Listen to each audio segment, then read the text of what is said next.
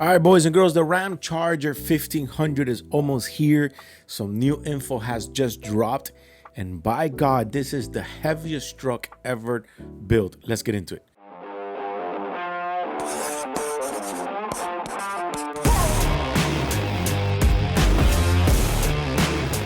All right, boys and girls, if you guys are rocking with the content, remember to hit that thumbs up and the subscribe for your boy. We are on the road to 20,000 subscribers, and there's no other better way for you guys to help me out. So to just click the little subscribe button and the little thumbs up. It really helps the video. So, all right, boys and girls, so what is going on? The Ramcharger is almost here. You can actually do a pre-order already on the website.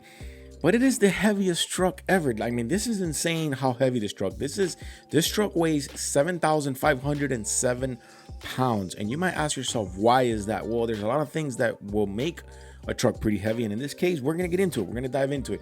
We have an article from Motor One. Again, we cover different articles here. We give our opinions here, and we give credit to where credit's due. So the Ramcharger 1500 is the most anticipated vehicle of 2025.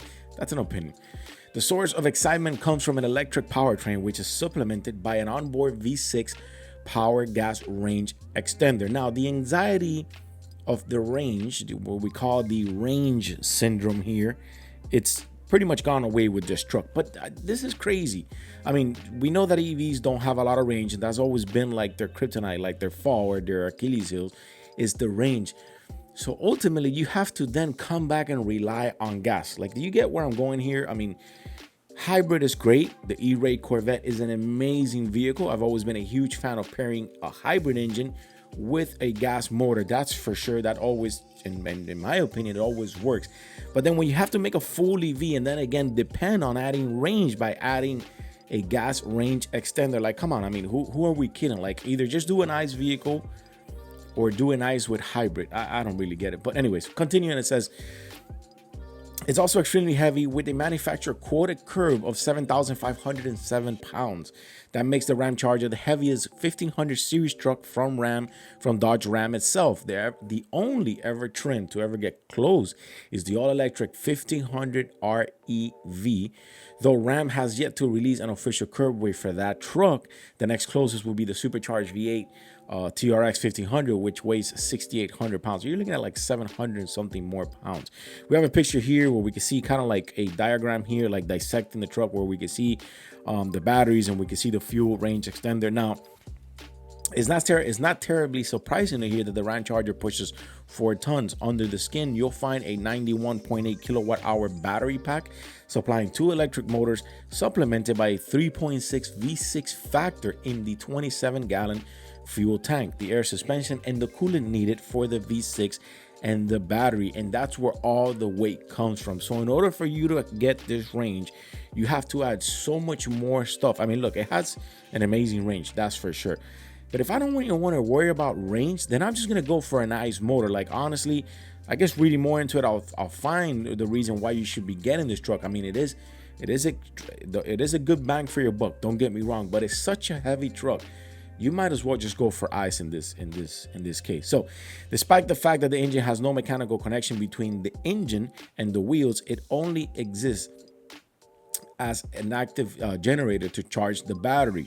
That comes with some serious capability. At least Ram says the Ramcharger makes 647 horsepower, which is great, and 610 feet-pound of torque, enough to claim a 0 to 60 in 4.5 seconds. Now, the towing capacity is 14,000 pounds, while the payload capacity in the back of the bed is 2,625 pounds to be exact. Both the highest of any Ram 1500. Look, I'm sure it is a great truck. I'm sure it pulls a heck of a lot, but you just have so much going on with this mechanics here, with an EV and then a gas range. There's just so much.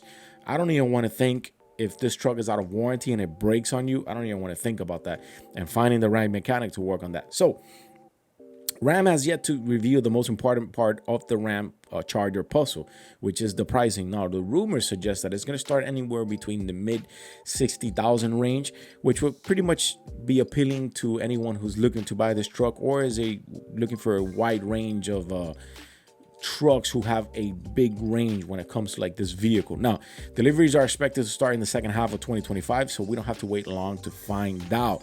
The power was cut to ensure that Ramcharger could receive a range of 690 miles. And this is where it comes in. According to the brand, that range is calculated using the battery packs and all the onboard fuel.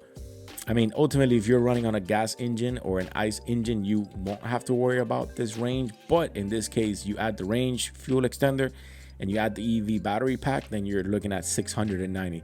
So all in all, you're looking at 647 horsepower, 610 feet-pound of torque, a towing capacity of 14,000 pounds, a payload capacity of 2,600 pounds, which is the highest for any Ram. It is the heaviest of any Ram with 7,507 pounds. And you're looking at 690 range. Anyways, let me know what you guys think in the comments. I think that if you're in the market to buy a truck, this is just my opinion, I think there's a lot of options out there for even the same price or even cheaper, that instead of kind of having to buy this EV with a range extender, look, don't get me wrong, I think these companies are doing great jobs with these vehicles. I just think there's a lot going on over here. You got big battery packs, you have a range extender that ultimately you have to fall back on gas in order for you to get that range extender, because if that 27-gallon fuel is not full to the top, then we would have to do some digging to see what the range is. But all that comes with a price of 7,500 pounds. And here on the other side of the world, I don't really like trucks that heavy. When I mean on the other side of the world, I'm in Florida, not so far away. I don't like trucks to be that heavy, even though trucks initially are heavy. But you're looking at 4 tons in this truck.